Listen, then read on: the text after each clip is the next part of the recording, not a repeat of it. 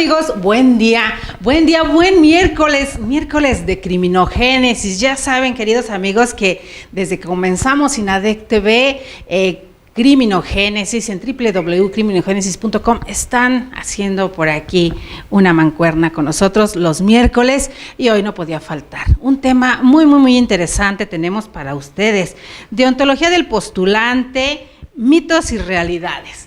Algunos que no están muy empapados de los términos jurídicos van a entender de la mano de un experto de qué se trata esta cuestión y por qué los mitos, por qué las realidades.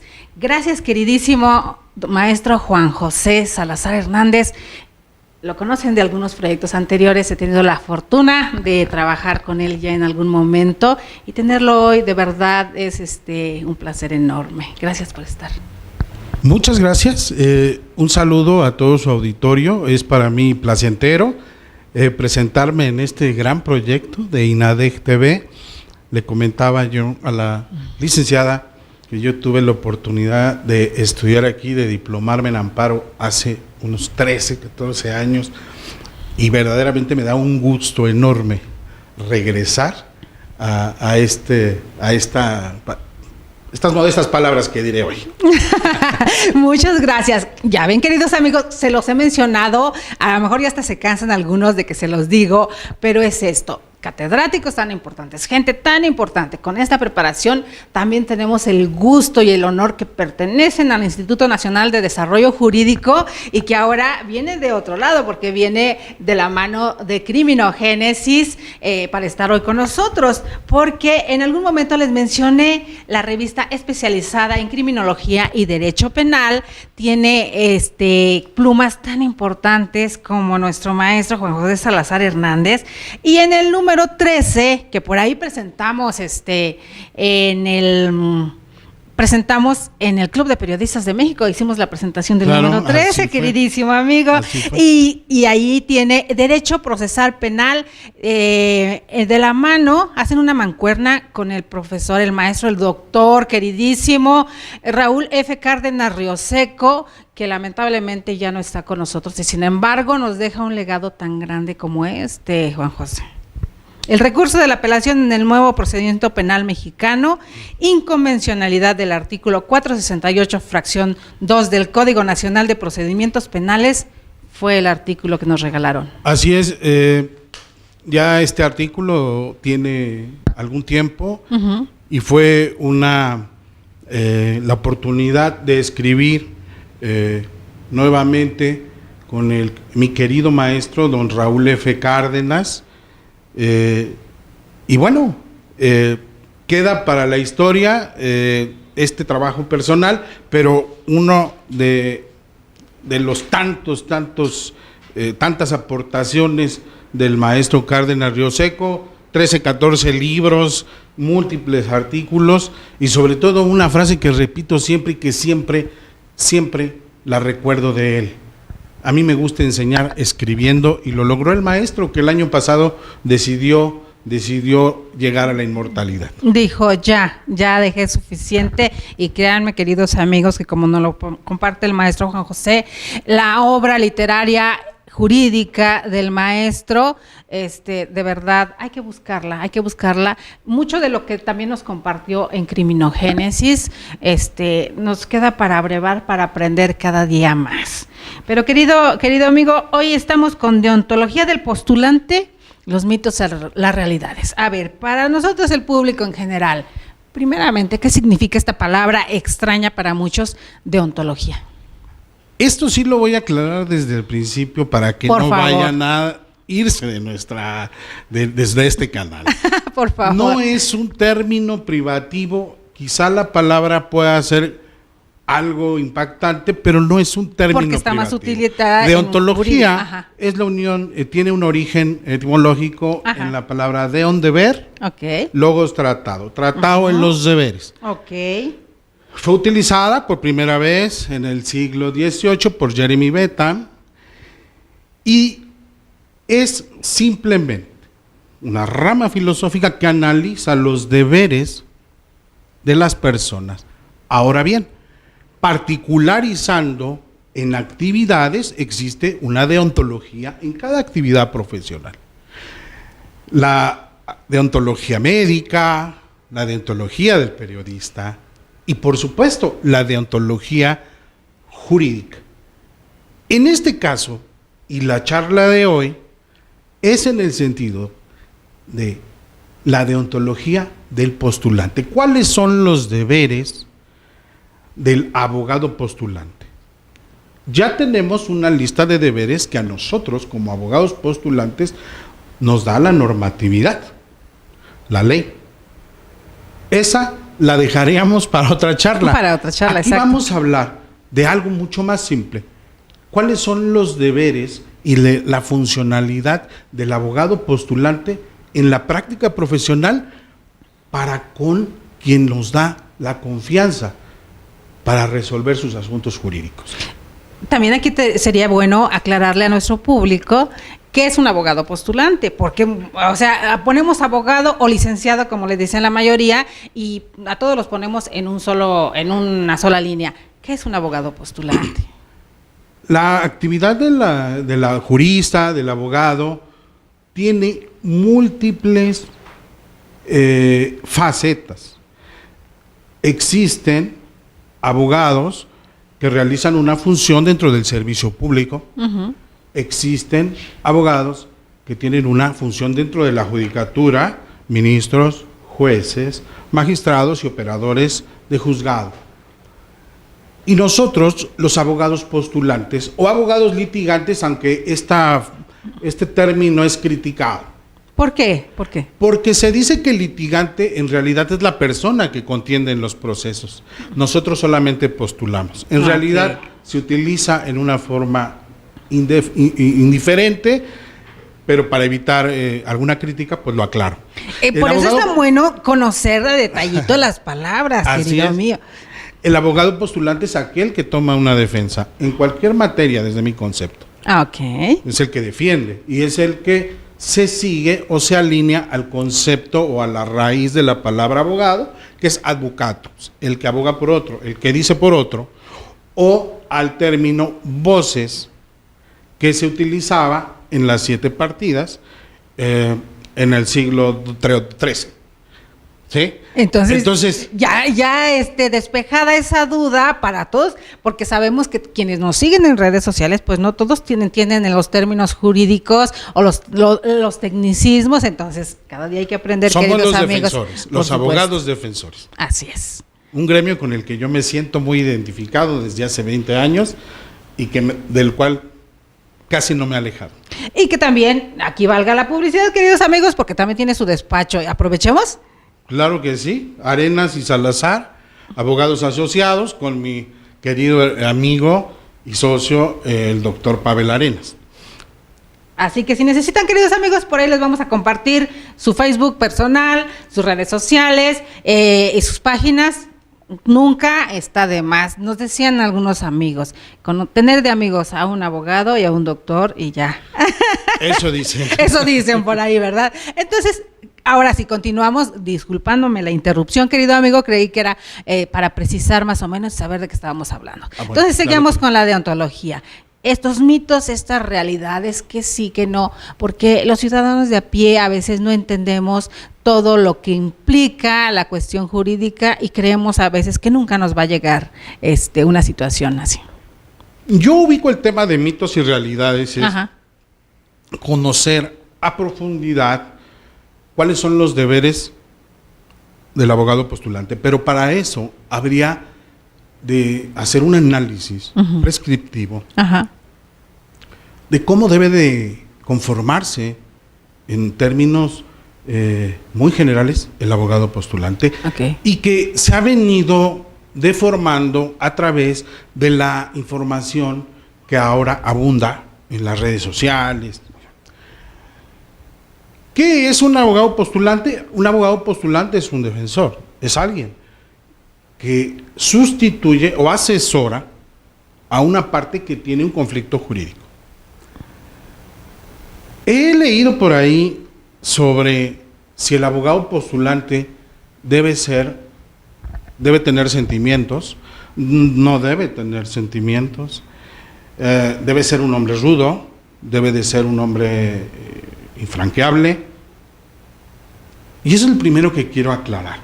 El abogado postulante, desde mi punto de vista, debe de ser un humanista, una persona que en realidad no tenga como objetivo el ganar o imponer un poder argumental sobre otro abogado o sobre otra persona. El abogado postulante debe de buscar la solución de un conflicto que beneficie a su cliente, pero, importante, tratando de lesionar en la menor medida al oponente. Es falso, es una falacia pensar que el abogado es un agente sin sentimientos, que tiene como función imponer el poder sobre otra persona. No, esa no debe ser la visión correcta. Nosotros somos humanistas. No deformemos el concepto del abogado postulante. Desgraciadamente ahora los jóvenes, desgraciadamente los abogados que empiezan, influidos por los memes, por las posts de las redes sociales, pues hacen toda una deformación del verdadero concepto del abogado postulante. Mi función no es lastimar, mi función es solucionar.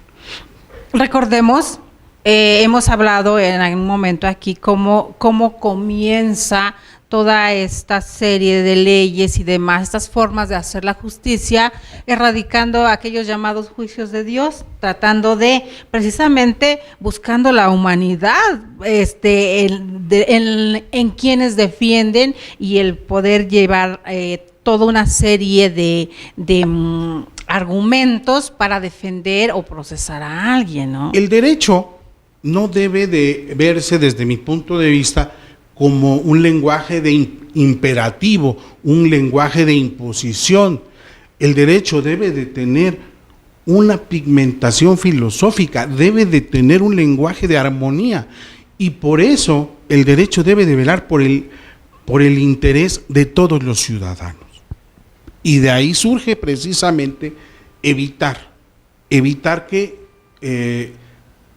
haya un lenguaje conflictivo en la ciudadanía, en los gobernados, en la población. El derecho debe tener una función de armonía y no una función de imposición de deberes y obligaciones específicamente. Es mucho más amplio desde mi punto de vista. Y partiendo de esa premisa, por eso es tan importante la filosofía dentro del derecho, la psicología dentro del derecho. Un abogado, entonces, partiendo de eso, debe de llenarse de una gama de conocimientos más allá de solamente la parte jurídica. Esa es la pregunta del año. Esta es una pregunta fantástica. Yo veo, durante mi caminar en los juzgados, y bueno, ahora ya con las redes sociales, que son todo un portal social, que los abogados de nuevas generaciones y muchos de las actuales han concentrado su conocimiento en la norma, en la regla jurídica, en la norma. Y entonces, todas las soluciones que emanan de sus razonamientos inmediatamente acuden a la norma, a la regla. Pero hay una incomprensión de todos los factores que involucran una conducta humana, porque una conducta humana tiene un fundamento en la psicología. Exacto. Una conducta de un grupo tiene un fundamento en la psicología social. Las conductas tienen un fundamento en la antropología también, en la sociología. Y obviamente podemos encontrar una riqueza y una comprensión de los temas a través de la filosofía de la historia. El problema es que eso es algo que regularmente con lo que no se riega el sistema de educación del abogado. Son materias, son ciencias que aparentan un camino paralelo o a veces hasta excluyente. Yo le puedo decir que he tenido la oportunidad de acudir en múltiples ocasiones a la Facultad de Filosofía de mi querida Universidad Nacional Autónoma de México, que hay una enemistad manifiesta entre filósofos y abogados, hasta por su apariencia, hasta por su forma de hablar, Así cuando es. en realidad son ciencias que caminan juntas y que tienden a una armonía dentro de la sociedad. Entonces, el abogado debe de tener esa formación, una formación de una cultura general que le permita comprender las conductas, no solo si se encuadran o no en un precepto, en una norma, en un principio, también un porqué de las conductas. Desgraciadamente, esta visión está perdida en muchas partes y en muchos sectores de todo el aparato de justicia. A veces, hasta en los operadores jurídicos. Exacto. ¿No? Aplicadores de la norma a rajatabla, aplicadora de silogismos jurídicos que no toman en cuenta los elementos sociales y las condiciones de la sociedad para sus decisiones y para sus opiniones. Y no solamente de la sociedad, sino de las regiones de México, Por que supuesto, todavía ahí nos por habla supuesto, hay- de multifactores. Claro. Y al todo es tener una multifactorial. multiculturalidad, perdónenme la palabra grandísima, queridos, también hay una diferencia enorme. Entonces no puedes llevar el derecho de la misma forma a Yucatán o a Oaxaca que a Monterrey o a Tijuana. El derecho aplica a sociedades y las Exacto. sociedades se regionalizan. Y es increíble que a veces no lo vemos así, ¿no? ¿Hasta dónde? Hace poco tuvimos con nosotros a nuestra querida maestra Yolanda Martínez, le enviamos un saludo, precisamente en un miércoles de criminogénesis, donde ella nos ha hablado sobre la importancia de la psicología. Nos manejó el primer respondiente, porque es el primerito que llega para un evento en esta situación. Pero también hasta dónde la importancia de la psicología en los abogados postulantes, en los magistrados, en el Ministerio Público, en todo el aparato que se encarga de la justicia de nuestro país. El tema de la psicología jurídica no ha sido desarrollado con plenitud en México. Hay una muy buena obra, hay importantes aportaciones de las que conozco españolas sobre el tema, pero es importantísimo conocer la psicología de los contendientes en un proceso, conocer la psicología de los testigos, conocer el lenguaje de las partes, el lenguaje en el proceso, el lenguaje en las acciones, es elemental para la toma de una decisión o para el planteamiento de un argumento. Sin embargo, es algo a lo que nosotros no estamos acostumbrados. Hay muchos abogados que acuden a la librería, compran un código, un libro exclusivamente de derecho, y hasta ahí se acabó. Hasta ahí llegaron. ¿Por qué? Porque ya no les llama la atención un tema diferente. No sé, a lo mejor lo más en la fundamental, especialización las creen teorías que de la es eso. personalidad, Carl Jung, Sigmund Freud, los mecanismos de defensa. No, es algo que se excluyen y que se quedan en conocimientos de la prepa y que no pueden ser ingredientes en el trabajo del abogado postulante. Entonces, yo creo que ahí tenemos que dar un golpe de timón y tenemos que buscar el conocimiento y ampliarlo para el ejercicio. Máxime con el nuevo sistema de justicia penal.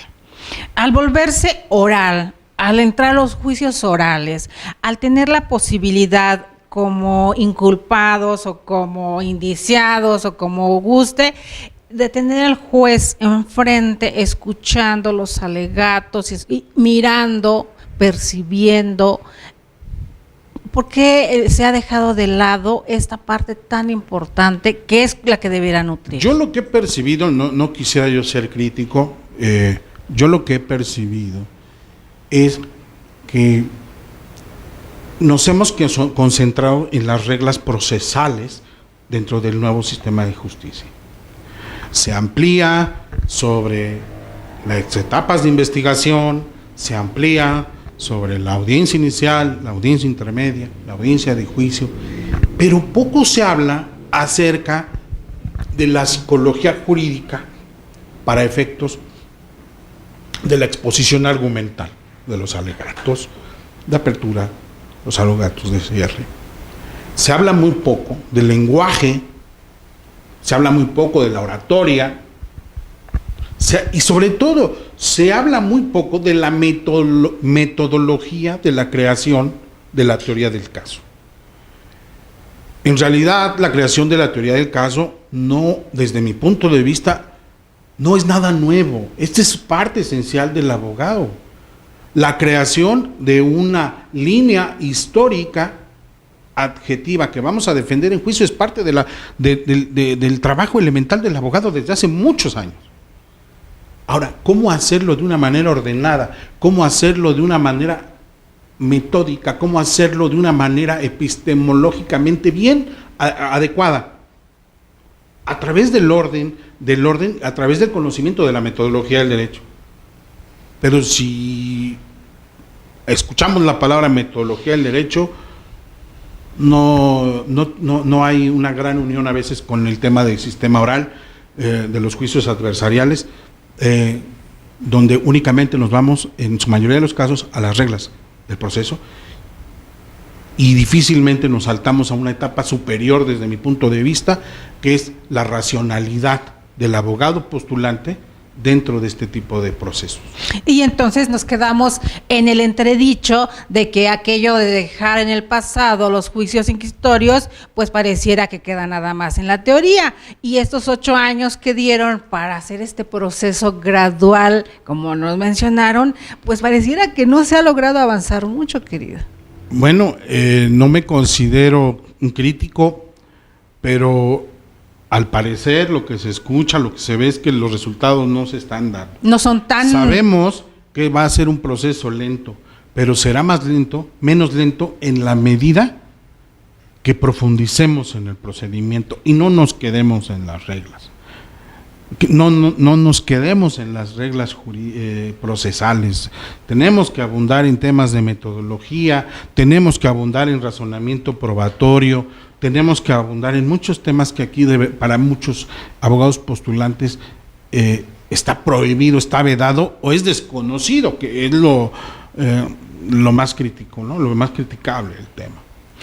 Algo que yo he escuchado invariablemente, queridos amigos, y yo creo que ustedes también lo han escuchado varias veces, todos tenemos amigos abogados o familiares abogados, y más de alguno les habrá referido a aquel juicio salomónico, que también los católicos sabrán mucho, donde el rey Salomón se pone en medio en un juicio de mujeres que se peleaban por un hijo, y llega un momento que dice, lo cortamos a la mitad y llévese cada quien su mitad.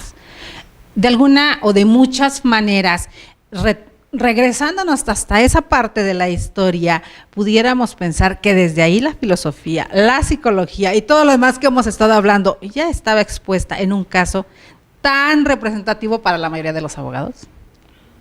Sí, es una enseñanza sobre el tema de la justicia, que es un tema profundísimo, que el propio Santo Tomás de Aquino no nos lo llega a aclarar. Exacto. Desde aquellas épocas. El tema de la justicia debe de manejarse con cuidado, racionalidad y sobre todo, algo muy importante, experiencia de vida.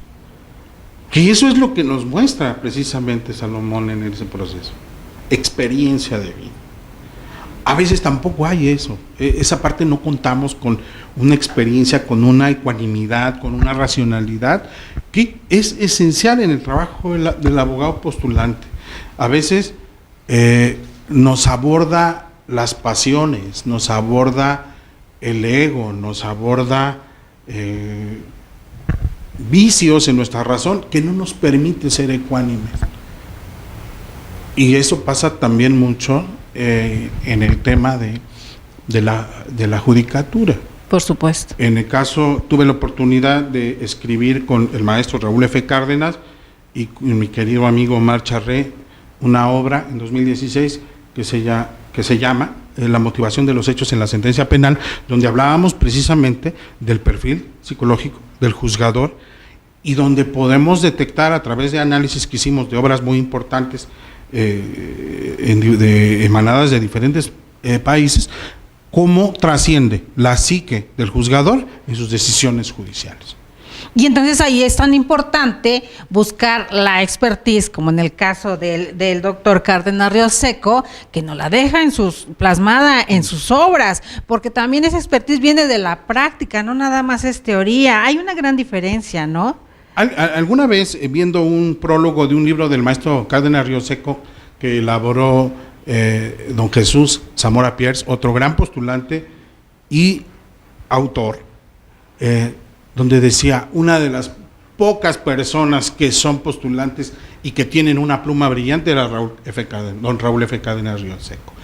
Esa parte, desde mi punto de vista, los abogados postulantes hemos sido egocéntricos, o egoístas, mejor dicho, porque los jóvenes que van a dedicarse a la abogacía, requieren necesariamente que nosotros como abogados postulantes transmitamos nuestras experiencias.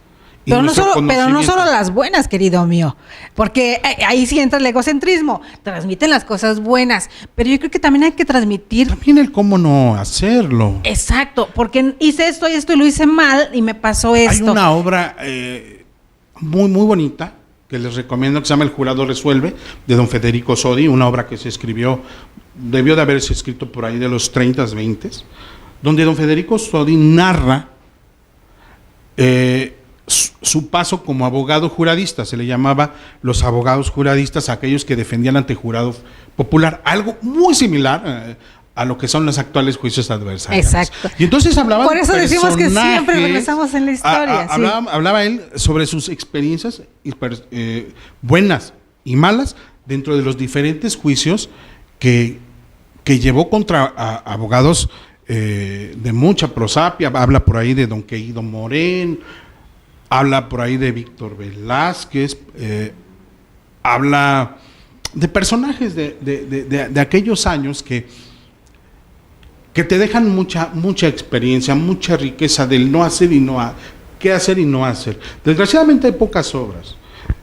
Porque pues precisamente lo que comentaba, querido, son pocas obras al respecto, el cómo no hacer ciertas cosas. Una obra bien interesante es del doctor Nava Garcés, el libro Los Litigantes, donde hace una serie de entrevistas a los abogados postulantes que él estima más importantes en materia penal en México, y donde transmite las experiencias. Pues diré primero a mi maestro, don Raúl F. Cárdenas Rioseco, don Juan Velázquez, el licenciado Aguilar Sincer, el licenciado Luengo Krill, una serie de personajes que han estado en el firmamento de los abogados postulantes, y donde ellos narran sus experiencias tanto de inicio como sus métodos de trabajo. Pero son pocos los autores en la materia. Son pocos porque a veces la autocrítica no es tan fácil, o que alguien más conozca, porque ciertas que pudieran llamarse para ellos debilidades, pues obviamente no cualquiera lo permite. Así es. Y entonces necesitamos hacerlo. Y entonces, ¿cuál sería uno de los mitos más grandes en los abogados postulantes? A ver, empecemos con los mitos. ¿Cuál es el mito más? Bueno, ya hablamos del primero. Sí, claro. Ese es el abogado sin sentimientos. Un mito es: el abogado compró al juez. Ese es un mito no existe. Fundamental. No podemos hablar de generalidades. Eso fue un chistorete, no podemos hablar de generalidades. Yo puedo imaginarme, los que nos están mirando en vivo, puedo imaginarme ahorita que hizo este comentario, el mito de el abogado compró el juez, más de uno se rió, déjeme decirle. A ver. No, con esto no digo que no pueda suceder. Claro, por supuesto. Y con no suceda. Sobre todo, en antaño creo que los casos eran más que ahora. Y más con el tema que tenemos ahorita en la agenda nacional, ¿no? Pero no es en todos los casos. Y esto está originado por una mala metodología del abogado postulante. El abogado postulante debe de ser nítido, debe de ser claro en su propuesta y en el planteamiento del resultado del proceso. Y debe de ser muy honesto cuando el proceso tiene posibilidades mínimas, y debe de ser muy honesto cuando tiene posibilidades medias, y tiene que ser muy honesto cuando las posibilidades son altas, ¿sí? Pero lo que no se vale es que en aras de un anticipo, en aras de cobrar una cantidad en forma inmediata, se crea tú la puedas expectativa. cambiar tus perspectivas y decir de un asunto con pocas posibilidades que estas son amplias. ¿Por qué? Porque de alguna manera los abogados, nosotros dotamos de tranquilidad a las personas. Por supuesto. Si el resultado es adverso, inmediatamente el abogado busca una defensa. Y aquí, independientemente de saber si voy a defender a la víctima o al victimario. Eso es independiente. Exacto. Ese es otro tema. Sí. Entonces, cuando el abogado hace una promesa que no cumple, muchas veces recurre a ese mito. Exacto. Es que sabes que yo llevé bien el asunto, pero el juez se vendió. Y eso hace mucho daño, porque lo que puede suceder en casos contados, en realidad para la gente se convierte en una generalidad. Claro. Y entonces, cuando la gente pierde los asuntos, pues inmediatamente hay una relación. ¿Por qué? Por el tema de justicia. Y aquí aplica lo que mencionábamos minutos antes, la autocrítica, el no aceptar de que tal vez había más sagacidad de aquel lado que de mi parte, o realmente el juicio no podía, no daba para más. Aquí, ¿qué es la justicia? Decía hace unos minutos, Santo Tomás de Aquino no lo pudo definir con la claridad necesaria, y de hecho los tratadistas en el tema tampoco lo han hecho. Pero sí ya podemos hablar de una justicia subjetiva. La justicia subjetiva es aquella que tiene la pigmentación de una ideología personal. Para mí, ¿qué es justo? ¿Es justo que ahorita estemos padeciendo el tema de la gasolina o es injusto? Bueno, depende qué simpatía le tengan a nuestro señor presidente. Depende hacia dónde, qué color traigas en la camiseta. Claro, sí. Eso es justicia. Cuando una persona recibe una sentencia que es contraria por una conexión psicológica, por una cuestión ideológica, se considera despojada e inmediatamente atribuye el motivo de su desgracia a un tercero que es el juez. Y eso no debe de suceder si el abogado postulante es claro, es nítido con su cliente. Y también está la otra parte, el saber que la contraparte tiene poder adquisitivo. Entonces, ya está perdido porque pues aquel es rico. No es una situación fácil, por mucho dinero que se llegue a contar. No quiero decir con esto, porque tampoco soy iluso, no quiero que así me vea el auditorio, que no existan casos, pero no es una cantidad mínima en no relación es una generalidad, a claro, la concepción que tiene la población sobre el aparato de justicia. En esa parte sí me pongo de parte de la judicatura. No es así. Y hasta dónde la judicatura también tendría que poner su parte para que el grueso de la población vaya variando esta percepción sobre eso. Lo han hecho. Uno de los trabajos que hemos visto en tribunales, sobre todo en los tribunales, diré, de la Ciudad de México, ha sido que sí ha disminuido mucho el tema de la pequeña corrupción que se da en antaño, donde hasta para que cosan una hoja se daba una cantidad. Eso ha disminuido, no se ha erradicado, pero sí ha habido un esfuerzo genuino por las autoridades para evitarlo. Y sobre todo, se ha trabajado mucho en el tema de la simplificación de las sentencias. ¿Qué quiere decir esto? Darles mayor claridad y darles mayor entendimiento al ego. ¿Por qué? Porque antiguamente las sentencias eran sumamente técnicas y sumamente amplias. Entonces te encontrabas sentencia de 200, 250 hojas, algo que se podía decir en 30. Con la hora, por esa hora los juicios abreviados. Se ha trabajado mucho en el tema de la argumentación de las sentencias. Ajá. Y en la simplificación de la sentencia. Al grado de llegar al juicio abreviado también. Es uno de los pasos y eso es uno de los objetivos de de esta implementación, dar mayor nutrición, mayor digestión a los procesos jurisdiccionales que de por sí siempre han sido engorrosos en este país.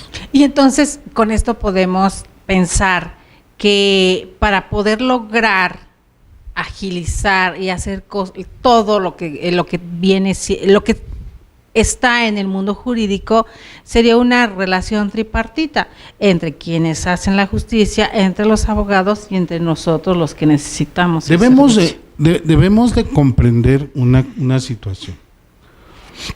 En realidad, si nos vamos a los análisis sociológicos del human, somos un sistema, no somos partes excluyentes. No somos enemigos, o sea, tenemos intereses diversos. Entonces, una impartición de justicia saludable es aquella donde los componentes del procedimiento tienen procesos de comunicación asertivos. Pero eso es a veces difícil, sobre todo si, regresándonos a lo que charlamos desde el principio, sobre todo si tenemos los abogados incipientes, los abogados que están haciendo nuestro relevo natural, la idea de que el abogado es un destructor. El abogado es utilizaré un término demasiado agresivo, un sicario del derecho. Entonces, eso no puede operar, porque una visión así lo que genera es una mala comunicación. Yo siempre he pensado que el derecho es lenguaje, el derecho es un lenguaje. Entonces, cuando tus procesos de derecho los haces con un lenguaje inapropiado, inadecuado, un agresivo, se rompe la armonía y no se llega a una adecuada impartición de justicia. Ahora sí, perdón. No, no hay problema. Me apasiono, aquí perdonen. sí, no, excelente, porque nosotros aprendemos cada día más. Aquí vendría siendo una equiparación. A veces yo regreso a la parte de donde nosotros vemos a los juristas. Desde que se inicia un chico, termina el tronco común en la universidad y ya decide hacia dónde, qué vertiente agarrar. Y muchos, los que están afuera, que no sabemos de leyes, y luego penal si quieres ganar dinero. Siempre se va por la situación, como en medicina dicen, no, pues hazte cirujano para que ganes dinero. Esta percepción también, ¿hasta qué punto influye? Porque pareciera, yo les decía, amigos y maestros que han estado sentados aquí, que por eso la parte del derecho penal está como estigmatizada hasta cierto punto, porque pareciera que es el top en el universo jurídico. Bueno, esa es una gran falacia. Es otro mito, queridos amigos. Ese es un gran mito.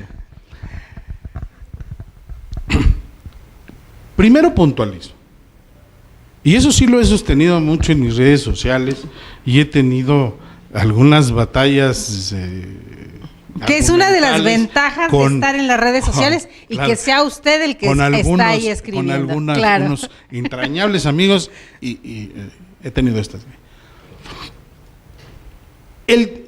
Yo he aprendido, a lo mejor es un aprendizaje personal, el dinero es una consecuencia del trabajo y el dinero es una consecuencia de la actividad profesional. Lo mismo que el prestigio, pero no querido es el mío. objetivo del trabajo profesional. Esto es bien importante. A ver. ¿Por qué? Porque si yo me formo profesionalmente con el objetivo de ganar dinero, ya rompí con una parte metodológica en forma inadecuada. Mi objetivo es el desarrollo profesional. El dinero tendrá que ser una consecuencia. Entonces, pensar en el dinero como el preámbulo de tu ejercicio es un error. Pero además, el derecho penal tiene abogados de todo tipo, como todas las materias. Sí. Entonces existen jóvenes incipientes, quizá hábiles, quizá sapientes, que van iniciando y que los honorarios son muy modestos. O su grupo de clientes, su cartera de clientes es modesto. Y como ellos existirán abogados que tienen otro tipo de relaciones y que tienen un manejo de clientes mayor, y así sucesivamente hasta aquellos que tienen clientes con un poder adquisitivo muy importante y con lo que pueden ganar todo el dinero que quieran. Pero lo mismo sucede en otras materias. Existen abogados en todas las materias que tienen grandes ingresos. En forma particular, en materia laboral, existen despachos muy prestigiados y bastante pudientes. Y lo mismo sucede en materia administrativa, en materia civil. Que ahí influyen otros factores. Surgimos con ese cliché, ¿no? Con esa premisa falsa. El derecho penal es lo que te deja dinero, y entonces todos los jóvenes, además de la emoción y la dopamina que te genera el tema, Ajá. pues corren y quieren aprender los juicios orales y quieren ver, ven películas en Estados Unidos. Y lo peor es que creen. Algunos maestros, películas en Estados Unidos, y entonces hay una cuestión aspiracional donde ellos quieren ser, cuando en realidad el derecho tiene una amplitud y uno tendrá que elegir su actividad con base a la experiencia, al camino. El derecho es muy bonito. Y a la misma formación personal, tiene mucho que ver. Por supuesto, por supuesto. Digo, mucho. El abogado postulante va eligiendo su materia de ejercicio con base a los principios, con base a su formación, con base a sus creencias a veces. Sobre todo, muchas veces. Y a sus potencias, ¿no? Hay gente que no tiene cierta paciencia para determinada materia. Dice, no, yo no quiero esto, yo quiero algo que sea más fluido. Y hay gente que sí la tiene y le gusta. Entonces, vaya, yo el consejo que le doy a los abogados jóvenes cuando a mí se acercan a pedirme un consejo sobre la materia, yo les digo, tengan paciencia. El camino del derecho te va a poner en el lugar que tú vas a querer. No te preocupes ahorita si quieres penal, civil, laboral, administrativo, amparo. El derecho, tu camino procesal te va a poner en el que donde estén tus potencias, donde esté tu formación, tu conformación, y donde esté el placer, donde esté tu felicidad. Que la felicidad es subjetiva, querido mío, también es otra cuestión. Pero es un elemento de la actividad. Por supuesto. Yo el lunes hablábamos en los lunes de INADEC, hablábamos con la coordinadora de nuestro nuevo campus que se va a dedicar a ciencia y humanidades e idiomas. Y entonces yo le hacía el comentario a ella, y viene a colación ahorita, de una ponencia, un seminario que vi con el doctor Carbonell, uh-huh, donde decía que si un abogado quiere ganar dinero, porque todos quieren ganar dinero, tienes que estudiar un idioma más. Y me abocó a los idiomas menos hablados, de alguna forma, eso es lo que nos daba a entender. Y alguien por ahí preguntó por qué los idiomas menos, sí debería ser. Al inglés dice, no, bueno, porque yo asumo que ya saben inglés.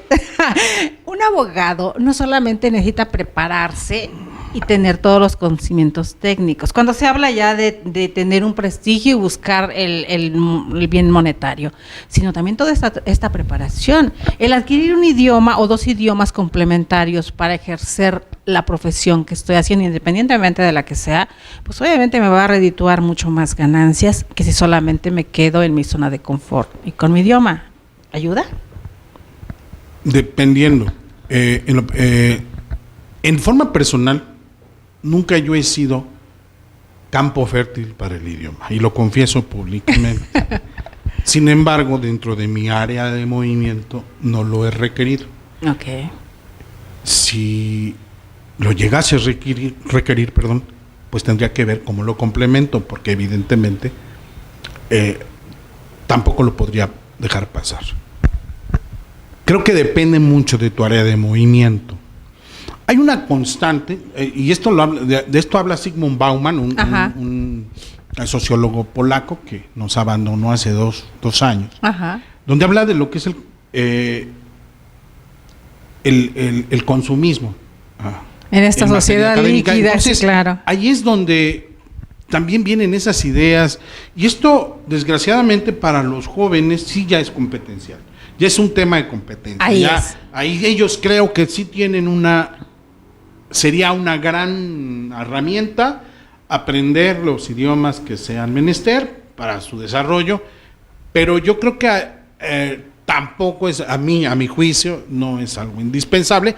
Yo en 20 años no he tenido yo esa necesidad, ni esa potencia, o sea, no me gusta, pero bueno, hay que ver cómo lo cubro. En un mundo globalizado y con esta apertura que se está dando, con este bombardeo desde un universo como es el ciberespacio, los chicos yo creo que sí van variando. Por supuesto, a la buscando. generación que está ya haciendo los relevos generacionales, por supuesto, ya es una necesidad.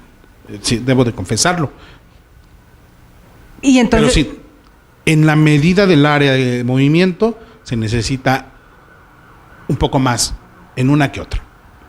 sí, es dependiendo del área de oportunidades que quieres Sí, explorar. así es. Ah, perfecto. Y ya hablando sobre realidades, ¿cuáles son las realidades duras, tajantes y así del abogado postulante?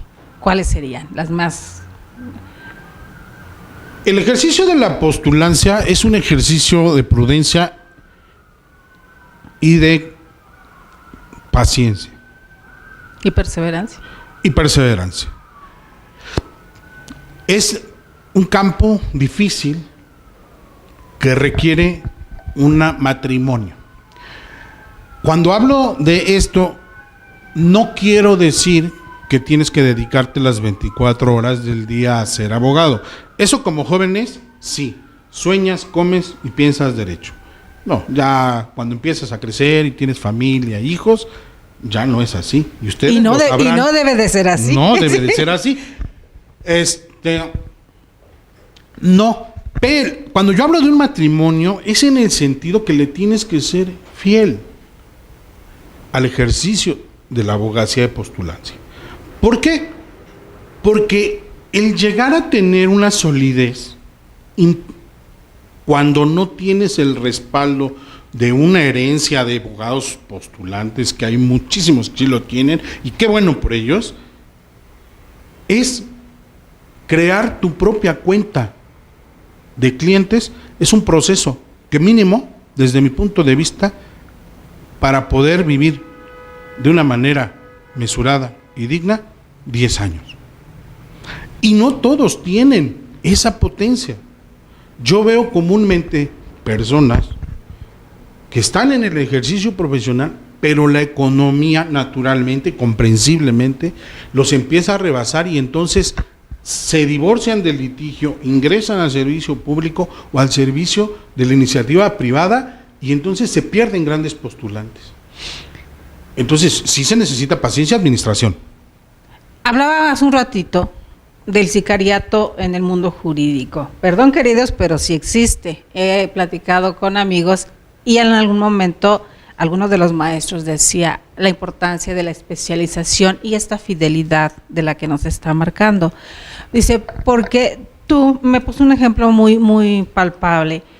Tú necesitas un abogado y llega alguien y te dice, lo mismo te defiendo de un divorcio que de o sea, de chile, mole y pozole, para que nos entienda el público. Pero tú necesitas alguien en específico y sabes que hay un abogado o un despacho que es especialista en amparos o especialista en derecho fiscal. ¿A quién vas a recurrir? ¿Vas a buscar al especialista o vas a buscar a quien hace todo? ¿Qué podemos hacer ahí como público? ¿Cuál es la recomendación? Aquí hay un tema bien interesante. Sí. Qué bueno que toca ese punto.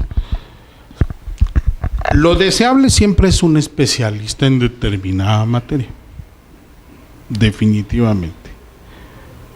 Pero sí existen abogados que tienen una metodología y que les permiten ser más amplios. Okay. Esto no quiere decir que sean todólogos, no nos confundamos, Así es. pero que sí tienen la capacidad, por ejemplo, de tener materia administrativa y materia civil. Sí, hay otros que tienen la capacidad de llevar temas materia penal y también materia civil, y son buenos abogados porque tienen una metodología que les permite elaborar sus procesos de interpretación y elaborar sus procesos de formación y argumentación con esa doble forma. Sin embargo, bueno, sería una mentira o sería una falacia pensar que la especialización es inútil, ¿no? O sea, no puedo decir eso. Siempre es importante y sobre todo te permite dar mucha certeza a tu cliente, ¿no? Pero sí, no puedo negar la existencia de gente que tiene capacidades para utilizar otras materias, ¿no? Okay. Tampoco quisiera yo dar como una premisa irrefutable el hecho de que si no son especializados, no hay quien. Aquí lo importante, aquí tendríamos que irnos a otra realidad. ¿Cuál sería otra realidad? Conocer al abogado. Pero cuando yo hablo de conocer, no es tu cuate, no es tu amigo donde te vas a echar unos tragos, mi amigo el abogado. No, conocer al abogado es ser muy cuidadoso en su elección, saber sus antecedentes, conocer, investigar los antecedentes del abogado, analizar su espacio de trabajo, analizar mucho el cuidado de sus palabras. Porque existen muchos abogados que tienen un discurso que enamora, pero labia, le dirían en el argot de la forma coloquial. Porque saben qué es lo que necesitas escuchar. Yo siempre pongo un ejemplo paradigmático. Una persona que tiene un cáncer avanzado llega con un oncólogo y el oncólogo le dice, ¿sabes qué? Pues yo no puedo hacer mucho por ti, yo lo único que te recomiendo, pues ya empieza a mantenerte en paz, porque ya no se puede hacer nada. Esa misma persona va con un otro oncólogo donde le dice, no, yo te voy a quitar el tema, te voy a quitar la enfermedad y te voy a cobrar 10 millones de pesos. Si nos vamos a esa disyuntiva, la respuesta es bien sencilla. Si tengo los 10 millones de pesos, los pago. Pero es muy probable que el segundo te esté mintiendo. Entonces, como clientes debemos ser cuidadosos con el discurso del abogado. El abogado debe ser mesurado. En 20 años de ejercicio profesional jamás le he prometido a un cliente ganar un asunto al 100%. Jamás lo he hecho. 99.9% es lo máximo que les puedo, pero no puedo. Entonces, esas formas, ver su espacio, ver que es un espacio profesional, que tiene ya un tiempo consolidado en su espacio. O sea, una cosa es infundirle confianza y otra cosa crearle falsas expectativas. Exactamente. Y nosotros debemos de ser cuidadosos en esa elección. Y nosotros tenemos que ser muy, muy prudentes. Y debemos de ser muy prudentes también en adelantar honorarios y una serie de cosas hasta que no tengamos la certeza que es el abogado que queremos. Estamos hablando como cliente. Estas son las reglas, se pudieran llamar de alguna manera, que un cliente tuviera que respetar antes de dejar en manos de un abogado, cualesquiera que sea su caso. Porque sí, ocurre mucho eso de que, pues primero, me han contado, queridos amigos, de que yo alguna vez pedí un favor hace muchos años y sí, pero de entrada van a ser como 10,000 para tal cosa y dices, o sea, todavía no te enteras bien de cuál es la cuestión y ya es una cantidad. Es muy válido la anticipación de honorarios, es totalmente válido. Aquí lo importante es que el momento del pago tiene que ser en el momento que haya una conciencia de lo que quieres y hay un conocimiento pleno del abogado de tu caso. Si en la primera cita llevas un asunto de cierta complejidad y te llevas a la tasación de honorarios, ya no debe de darte confianza. O sea, un abogado tiene que estudiar un asunto, tiene que resolver ciertas interrogantes. Si es necesario, tiene que acudir a ciertos lugares a hacer una investigación.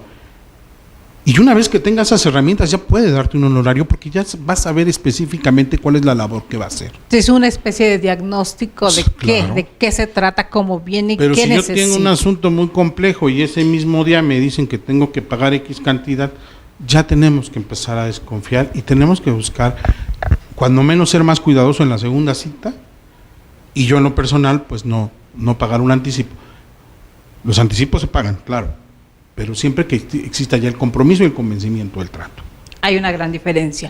La otra cuestión, querido, cuando muchos abogados o auxiliares o asistentes sugieren estas firmas de hojas en blanco para que el cliente no vaya, no pierda su tiempo. Jamás. Eso es un tema que se da mucho. Las firmas en blanco, bueno, yo tenía un gran maestro, ya no está con nosotros, mi maestro de mercantil. Decía, un aval es una hoja de un lado y un idiota de del otro lado. Pues creo que en una hoja en blanco podemos hablar de exactamente lo mismo. A ningún abogado le deje usted una hoja en blanco, jamás. Esa es una cuestión de lógica, no creo que requiera mayor explicación. Pero hay otro tipo de abogados, y esto sí lo quiero dejar muy enfático, los que hacen tu firma en un proceso. No hice mi escrito. En estas realidades que claro, sí existen, hay, claro. que sí existen, no hice claro. mi escrito a tiempo, ya van a cerrarme la ventanilla del tribunal, no hice mi escrito a tiempo, señora, señor, voy a mandar el escrito, pero voy a tener que hacer su firma, inmediatamente revóquelo. Inmediatamente revóquelo, porque no solamente habla de falta de profesionalismo, sino lo pone a usted en riesgo. Por supuesto. Actualmente, y hay a muchos abogados, postulantes, jueces, secretarios, que ya tienen cursos en preparación en temas de grafoscopía, grafología, inclusive por supuesto. Aquí en el instituto son excelentes. Por eso y hablábamos entonces del caso. ya te ponen en incertidumbre jurídica de que la otra parte impugne tu firma y derrumbe tu juicio. Y todo lo que hiciste, que venían montados, Entonces, vaya al traste. Tenemos por que una evitar situación. ese tipo de abogados de vicio. Revisen los escritos que firma, tienen que ser escritos pulcramente elaborados. Hay abogados, yo respeto mucho a todos mis compañeros, pero hay abogados que te dicen, es que contrata un abogado siempre que te muestre que tiene maestría. Yo no llego a esos grados. Yo lo único que pido es que si ustedes firman un escrito que va a un juzgado, tiene que ser un escrito pulcramente elaborado. Tiene que ser un escrito bien hecho, sin tachones, sin remarques de pluma. Aquel mito de que no firmes con la pluma del abogado, lleva tu propia pluma. Ay, no lo sabía. Sí, a mí ya me lo contaron en una mesa igual entre abogados. Bueno, ¿no? a lo mejor puede ser recomendable, ¿no? Que se borre. Un especialista en grafología y grafoscopía, bueno, precisamente. Puede ser que por el tema que la tinta pudiera ser alterable, ¿no? Sí, ser, ¿no? O sea, incluso a esos extremos Entonces, ha habido recomendaciones. Mucho cuidado, mucho tacto al elegir un abogado. Es importante. Sobre todo el tema que sea, querido mío, porque esto de firmar las hojas, yo lo he visto, porque lo he visto y me consta, en cuestiones de juicios de pensión alimenticia y de estas situaciones que son bastante engorrosas y que hay continuamente a los juzgados, y entonces es más fácil, no, pues firme mejor las hojas y ya no. Pero mire, aquí hay un tema bien interesante. En la mayoría de los procesos jurisdiccionales, no quisiera yo generalizar para no claro. en un error, pero en la mayoría de los procesos jurisdiccionales el abogado tiene facultades de firma.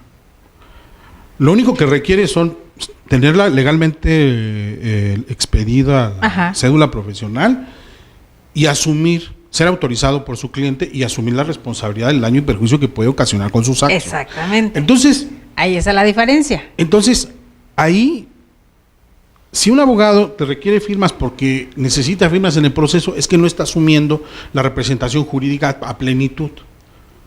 Es como desligándose de alguna forma. De alguna responsabilidad. Sí. Claro, también hay clientes, yo tengo clientes que me dicen, no, mi tarea es llevar mis procesos y cuidar mis bienes y no le voy a generar esa responsabilidad.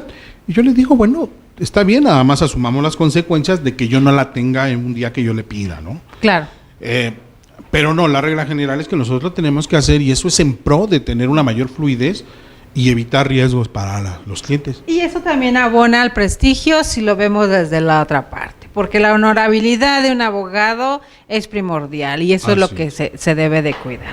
Queridos amigos, ya casi nos vamos y antes de irnos, déjenme les cuento que tenemos mucha gente, nada más que no quería interrumpir porque la charla estaba muy, muy, muy interesante. Nuestra queridísima Alma Delia Canseco Guzmán, gracias querida doctora por estar presente. Felicita al invitado, un hombre estudioso con formación jurídica social. Le mando una enhorabuena, un abrazo a todos acá en INADEC. Le regresamos ese abrazo con mucho cariño, doctora Alma Delia Canseco.